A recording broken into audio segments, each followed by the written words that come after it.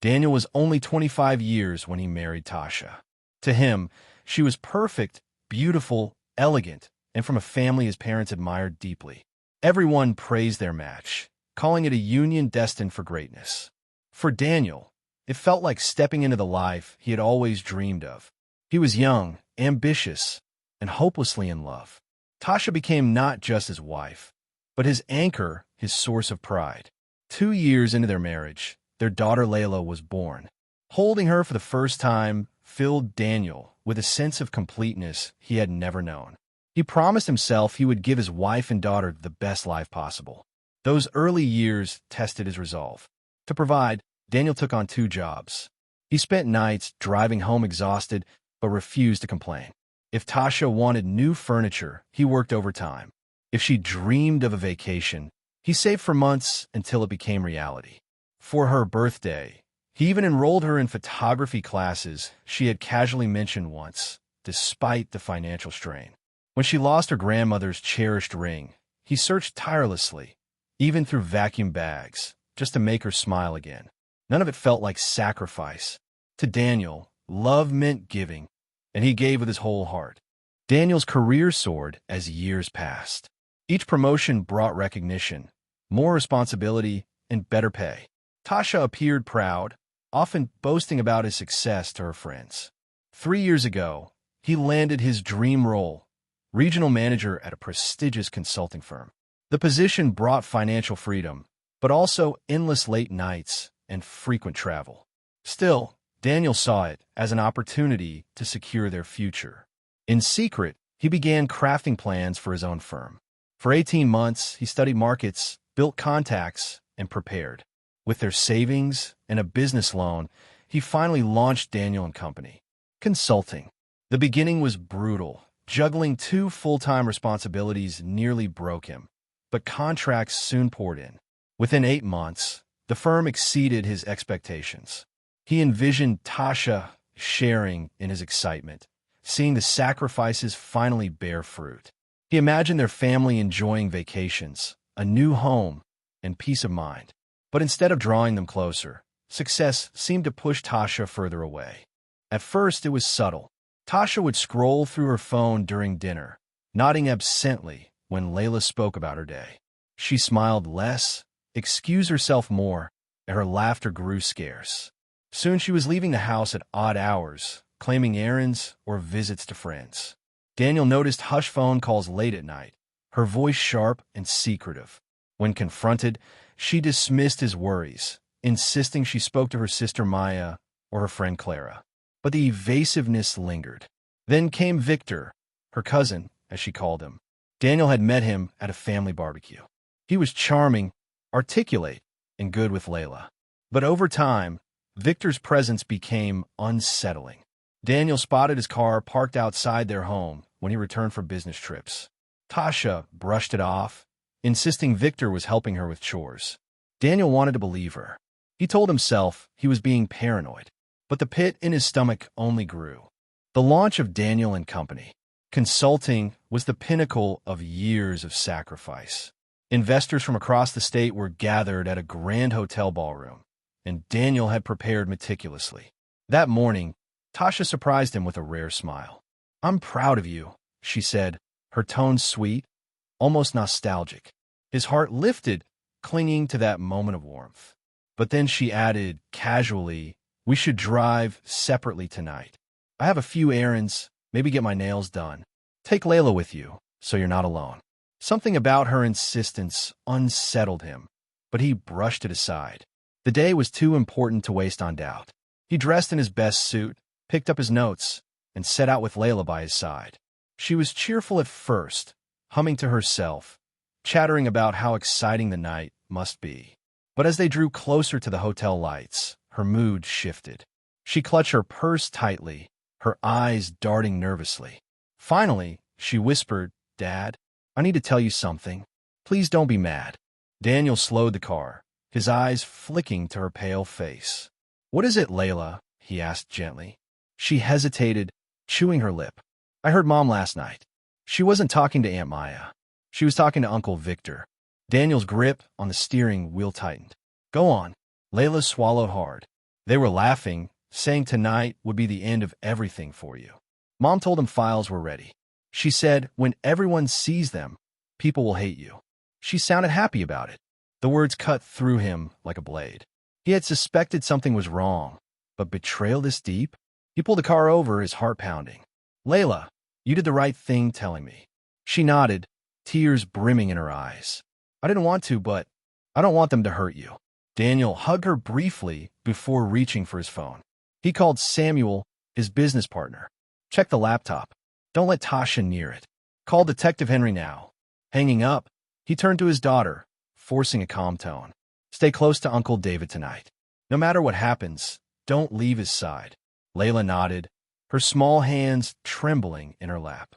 The hotel buzzed with energy, chandeliers glinting over investors mingling with drinks in hand. Daniel stepped inside, his nerves sharp but steady. Samuel pulled him aside, whispering urgently. The laptop was tampered with. Fake financial records were uploaded. If they'd gone on screen, you'd look guilty of theft. Daniel's stomach churned.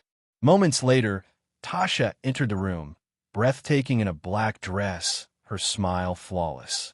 She charmed guests with ease, every bit the proud wife. But Daniel's eyes followed her to the corner of the room, where Victor stood by the bar, pretending to mingle, but constantly glancing toward the projector. Tasha drifted toward the technical booth, her voice sugary as she tried to edge closer. Samuel blocked her firmly. She masked her irritation with a smile, but Daniel saw the flicker of frustration in her eyes.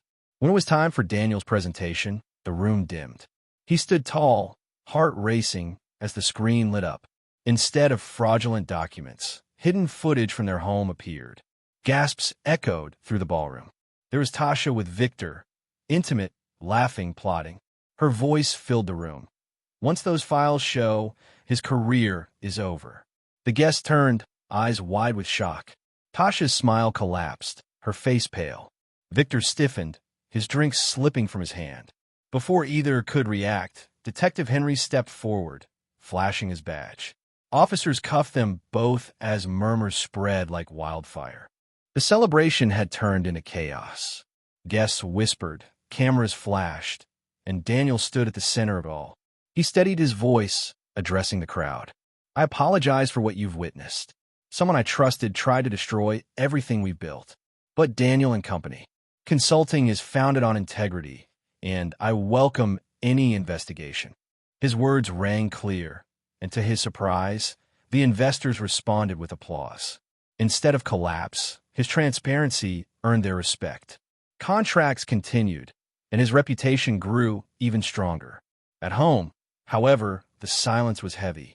He sat with Layla, explaining why her mother wouldn't be coming back. She cried into his chest, and he held her tightly, promising that they would rebuild together. In the months that followed, more truths came to light. Tasha and Victor had been siphoning funds for months, plotting to flee with over $200,000. The betrayal was darker and deeper than he had ever imagined. But even in that darkness, Layla's courage gave him strength. Without her warning, everything he had worked for would have been lost. The courtroom was packed, tension hanging in the air.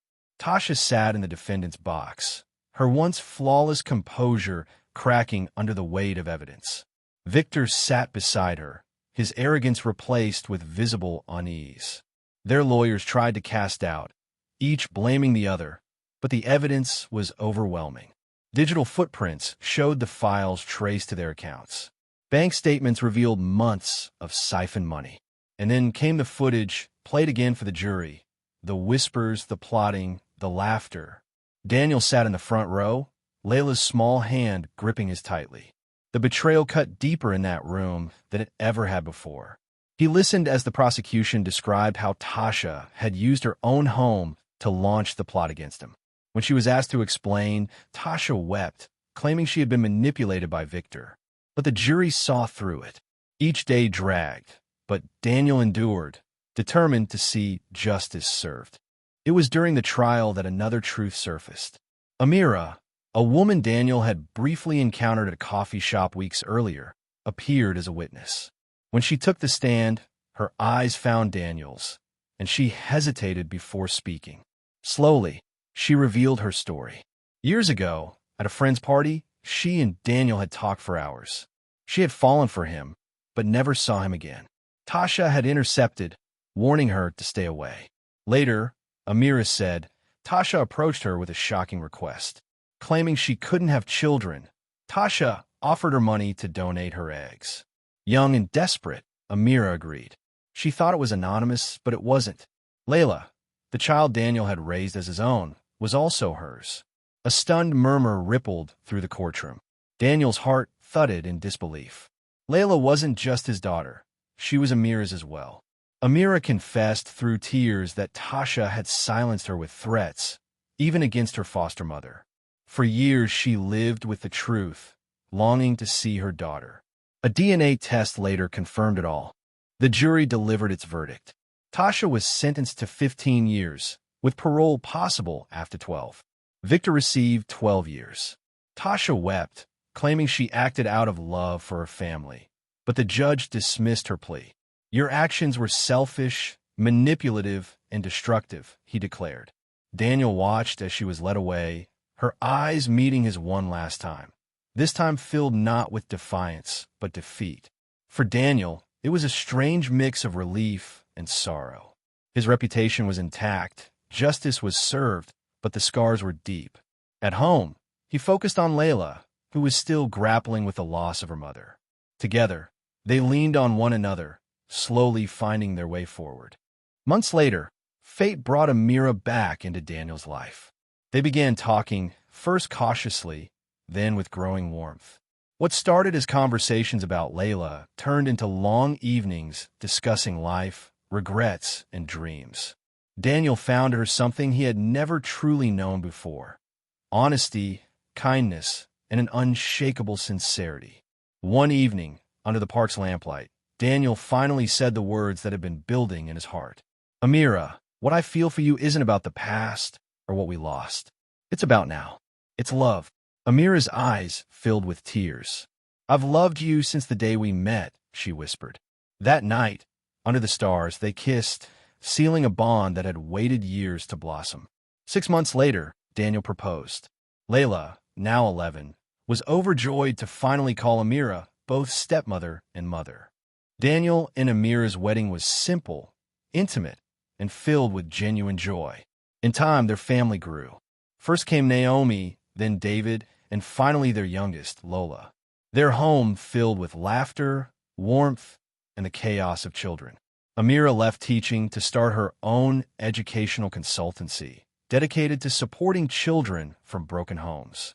Every year, she organized donation drives for orphanages, offering scholarships and resources.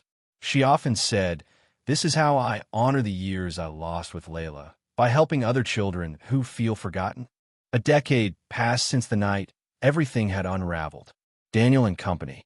Consulting grew into one of the most respected firms in 3 states, a company admired for its integrity. Layla, now 22, was thriving in her career as a software developer and preparing to marry a kind man named Samuel. Naomi, 18, was pursuing social work, following her mother's passion. David, 16, excelled in sports and volunteered at orphanages. And young Lola, 14, was already showing a sharp business mind.